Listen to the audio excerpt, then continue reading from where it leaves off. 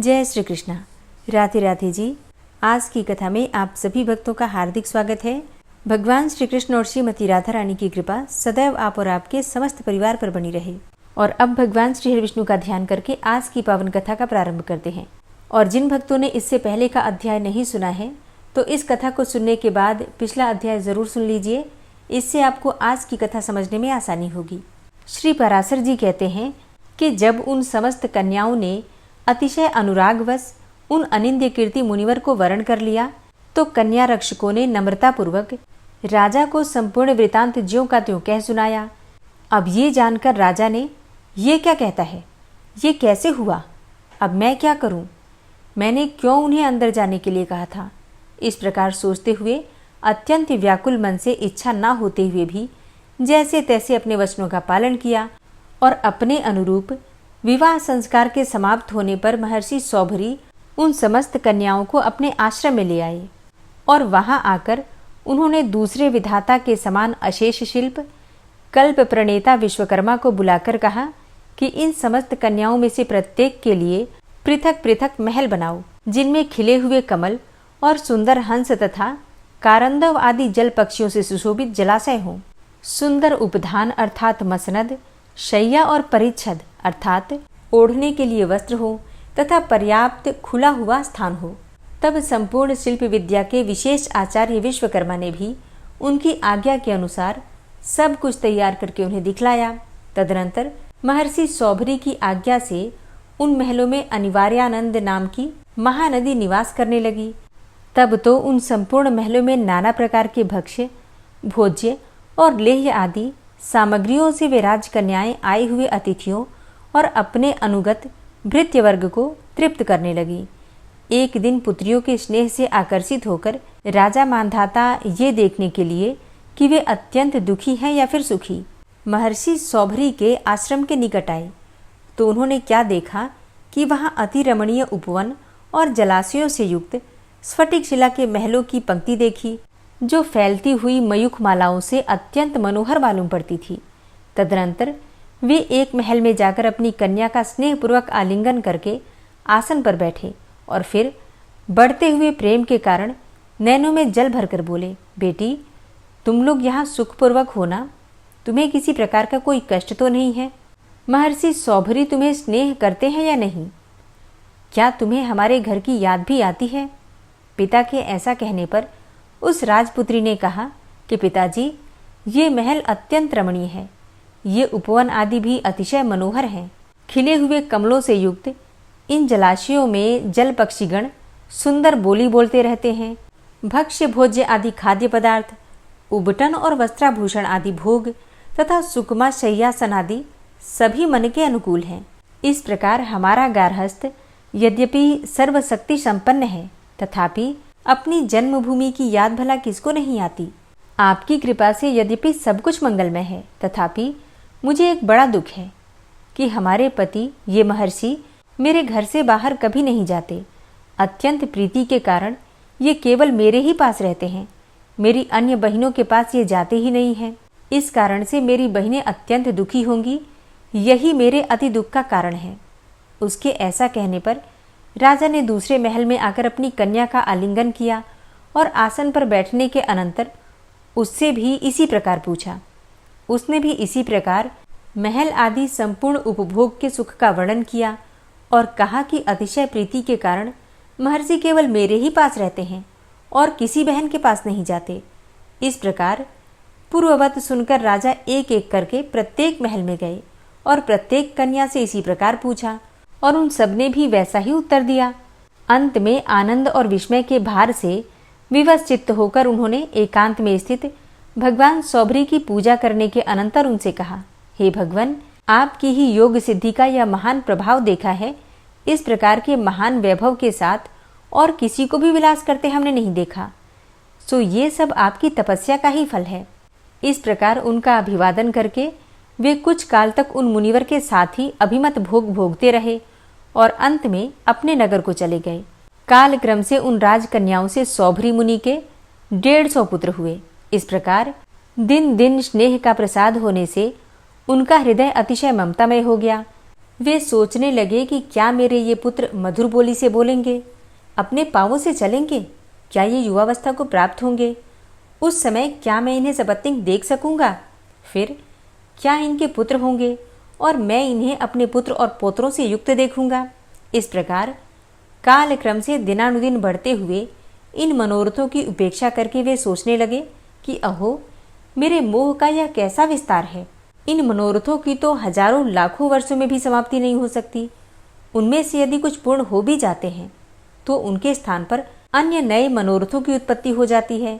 मेरे पुत्र पैरों से चलने लगे, फिर से युवा हुए, उनका विवाह हुआ तथा उनकी संतानें हुई। यह सब तो मैं देख चुका, किंतु अब है। यदि उनका जन्म भी मैंने देख लिया तो फिर मेरे चित्त में दूसरा मनोरथ उठेगा, और यदि वो भी पूरा हो गया तो अन्य मनोरथ की उत्पत्ति को ही कौन रोक सकता है। मैंने अब भली प्रकार समझ लिया है कि मृत्यु पर्यंत मनोरथों का अंत तो होना ही नहीं है, और जिस चित्त में मनोरथों की आसक्ति होती है वह कभी परमार्थ में नहीं लग सकता। अहो, मेरी वह समाधि जलवास के साथी मत्स्य के संग से अकस्मात ही नष्ट हो गई, और उस संग के कारण ही मैंने स्त्री और धन आदि का परिग्रह किया, तथा परिग्रह के कारण ही अब मेरी तृष्णा बढ़ गई है। एक शरीर का ग्रहण करना ही महान दुख है, और मैंने तो इन राजकन्याओं का परिग्रह करने के लिए उसे 50 गुना कर दिया है, तथा अनेक पुत्रों के कारण वह अब बहुत ही बढ़ गया है। अब आगे भी पुत्रों के पुत्र तथा उनके पुत्रों का पुनः पुनः विवाह संबंध करने से वो और भी बढ़ेगा। यह ममता रूप विवाह संबंध अवश्य ही बड़े दुख का कारण है। जलाशय में रहकर मैंने जो तपस्या की थी उसकी फलस्वरूपा यह संपत्ति तपस्या की बाधक है। मत्स्य के संग से मेरे चित्त में जो पुत्र आदि का राग उत्पन्न हुआ था उसी ने मुझे ठग लिया। निस्संगता ही यतियों को मुक्ति देने वाली है। संपूर्ण दोष संग से ही उत्पन्न होते हैं। संग के कारण तो योगारूढ़ यति भी पतित हो जाते हैं, फिर मंदगति मनुष्यों की तो बात ही क्या है। परिग्रह रूपी ग्राह ने मेरी बुद्धि को पकड़ा हुआ है। इस समय मैं ऐसा उपाय करूंगा जिससे दोषों से मुक्त होकर फिर अपने कुटुंबियों के दुख से दुखी ना होऊं। अब मैं सबके विधाता अचिंत्य रूप, अणु से भी अणु और सबसे महान सत्व एवं तमः स्वरूप तथा ईश्वरों के भी ईश्वर भगवान विष्णु की तपस्या करके आराधना करूंगा।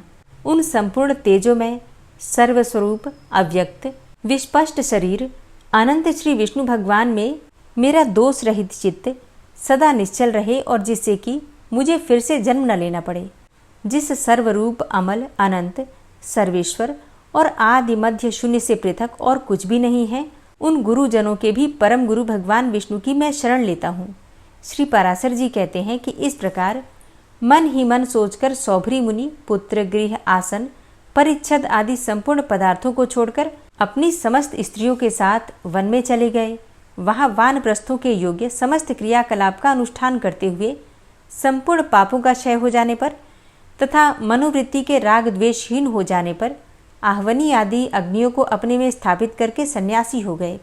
फिर भगवान में आसक्त होकर संपूर्ण कर्मकलाप का त्याग करके परमात्मा परायण पुरुषों के अच्युत पद अर्थात मोक्ष को प्राप्त किया, जो अजन्मा अनादि अविनाशी विकार और मरणादि धर्म से रहित इंद्रियादि से अतीत तथा अनंत है।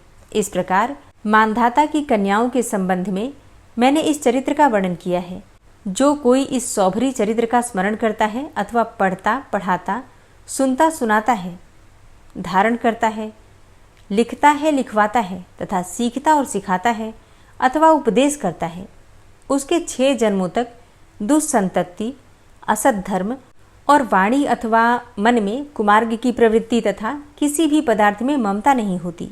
हरे कृष्णा। आज की कथा का यहीं पर समापन करती हूँ। इसके आगे का वृतांत आप कल की कथा में सुनेंगे। और अब आप सुनेंगे श्री नारायण कवच, जिसके सुनने मात्र से भगवान श्री विष्णु की असीम कृपा आपको प्राप्त होगी। श्री नारायण कवच। ओम नमो नारायणाय इस प्रकार से उच्चारण करके इस पाठ को श्रवण करते हैं। भगवान श्री हरि गरुड़ जी की पीठ पर अपने चरण कमल रखे हुए हैं। अणिमा आदि 8 सिद्धियां उनकी सेवा कर रही हैं और 8 हाथों में शंख चक्र ढाल तलवार गदा बाण धनुष और पाश अर्थात फंदा धारण किए हुए हैं। वे ही ओंकार स्वरूप प्रभु सब प्रकार से सब ओर से मेरी रक्षा करें। मत्स्य मूर्ति भगवान जल के भीतर जल तंतुओं से और वरुण के पास से मेरी रक्षा करें। माया से ब्रह्मचारी रूप धारण करने वाले वामन भगवान स्थल पर और विश्वरूप श्री त्रिविक्रम भगवान आकाश में मेरी रक्षा करें। जिनके घोर अट्टहास करने पर सब दिशाएं गूंज उठी थी और दैत्य पत्नियों के गर्भ गिर गए थे, वे दैत्य युद्धपतियों के शत्रु भगवान नृसिंह किले, जंगल, रणभूमि आदि विकट स्थानों में मेरी रक्षा करें। अपनी दाढ़ों पर पृथ्वी को उठा लेने वाले यज्ञ मूर्ति वाराह भगवान मार्ग में, परशुराम जी पर्वतों के शिखरों पर और लक्ष्मण जी के सहित भरत के बड़े भाई भगवान रामचंद्र प्रवास के समय मेरी रक्षा करें। भगवान नारायण मारण, मोहन आदि भयंकर अभिचारों और सब प्रकार के प्रमादों से मेरी रक्षा करें। ऋषि श्रेष्ठ नर गर्व से, योगेश्वर भगवान दत्तात्रेय योग के विघ्नों से और त्रिगुणाधिपति भगवान कपिल कर्म बंधन से मेरी रक्षा करें। परम ऋषि सनत कुमार कामदेव से, हयग्रीव भगवान मार्ग में चलते समय देव मूर्तियों को नमस्कार आदि न करने के अपराध से और देवर्षि नारद सेवा अपराधों से और भगवान कच्छप सब प्रकार के नरकों से मेरी रक्षा करें। भगवान धन्वंतरी कुपथ्य से, जितेंद्र भगवान ऋषभदेव सुख दुख आदि भयदायक द्वंद्वों से, यज्ञ भगवान लोकापवाद से और बलराम जी मनुष्यकृत कष्टों से और श्री शेष जी क्रोधवश नामक सर्पों के गणों से मेरी रक्षा करें। भगवान श्री कृष्ण द्वैपायन व्यास जी अज्ञान से तथा बुद्धदेव पाखंडियों से और प्रमाद से मेरी रक्षा करें।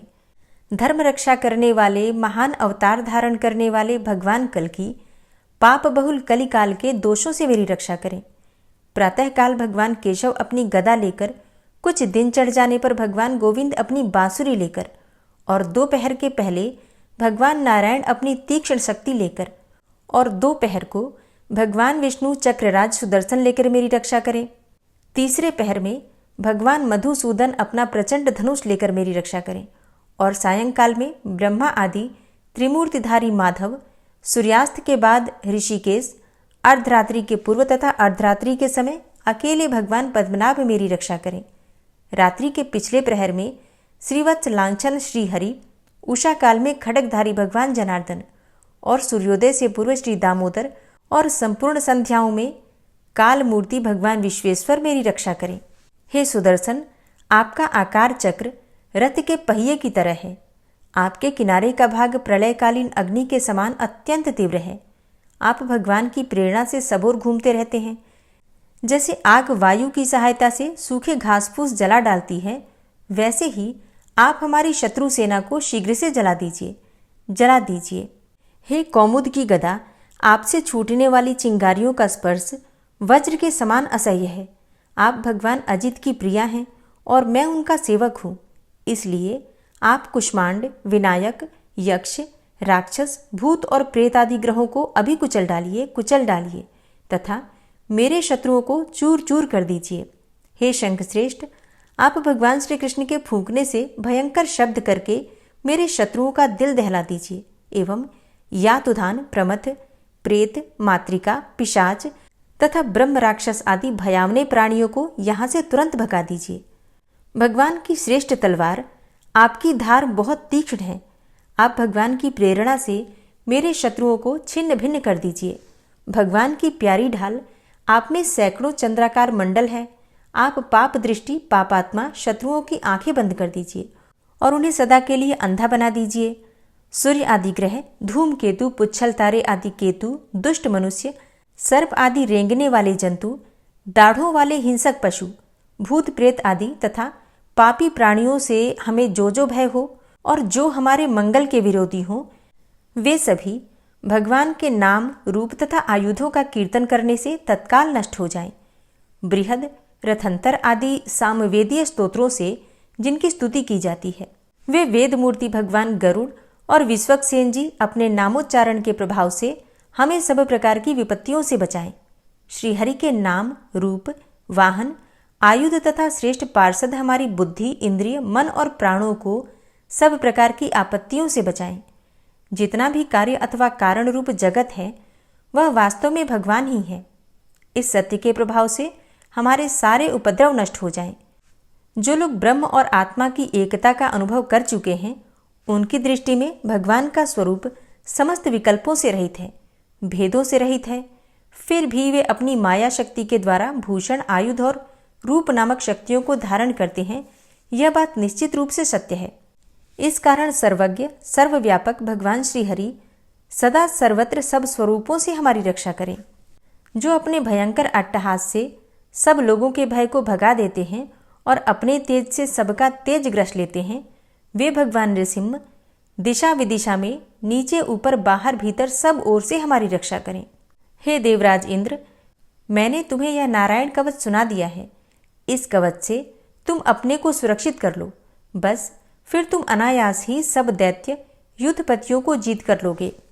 इस नारायण कवच को धारण करने वाला पुरुष जिसको भी अपने नेत्रों से देख लेता है अथवा पैर से छू देता है, तत्काल समस्त भयों से वो मुक्त हो जाता है।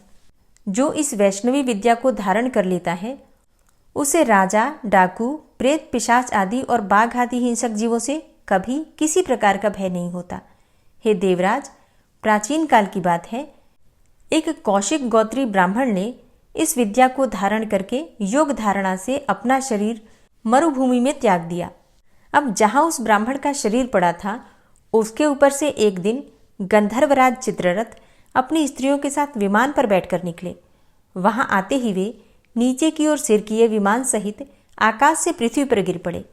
इस घटना से उनके आश्चर्य की सीमा न रही जब उन्हें बालखिल्य मुनियों ने बतलाया कि यह नारायण कवच धारण करने का प्रभाव है।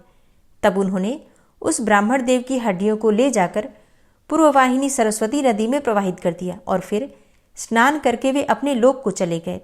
श्री सुखदेव जी कहते हैं, हे परीक्षित, जो पुरुष इस नारायण कवच को समय पर सुनता है और जो आदरपूर्वक इसे धारण करता है, उसके सामने सभी प्राणी आदर से झुक जाते हैं और वह सब प्रकार के भयों से मुक्त हो जाता है।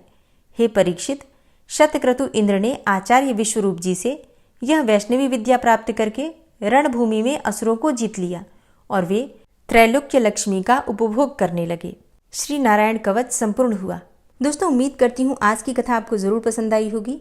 तो अगर कथा पसंद आई हो तो वीडियो को लाइक ज़रूर किया कीजिए और अगर संभव हो तो वीडियो को ज़्यादा से ज़्यादा शेयर कीजिए। और हाँ, कमेंट बॉक्स में राधे राधे ज़रूर लिखा कीजिए। और जो भक्त इस चैनल पर पहली बार आए हैं, अभी तक आपने चैनल को सब्सक्राइब नहीं किया है, तो आज की वीडियो अगर आपको अच्छी लगे तो चैनल को सब्सक्राइब करके बेल आइकन को ज़रूर प्रेस कर लीजिए। इससे ये होगा कि इस चैनल पर जो भी नई वीडियो अपलोड होंगी उनकी नोटिफिकेशन आपको सही समय पर प्राप्त होगी। मिलती हूँ मैं आपसे अगली वीडियो में, तब तक के लिए जय श्री राधे।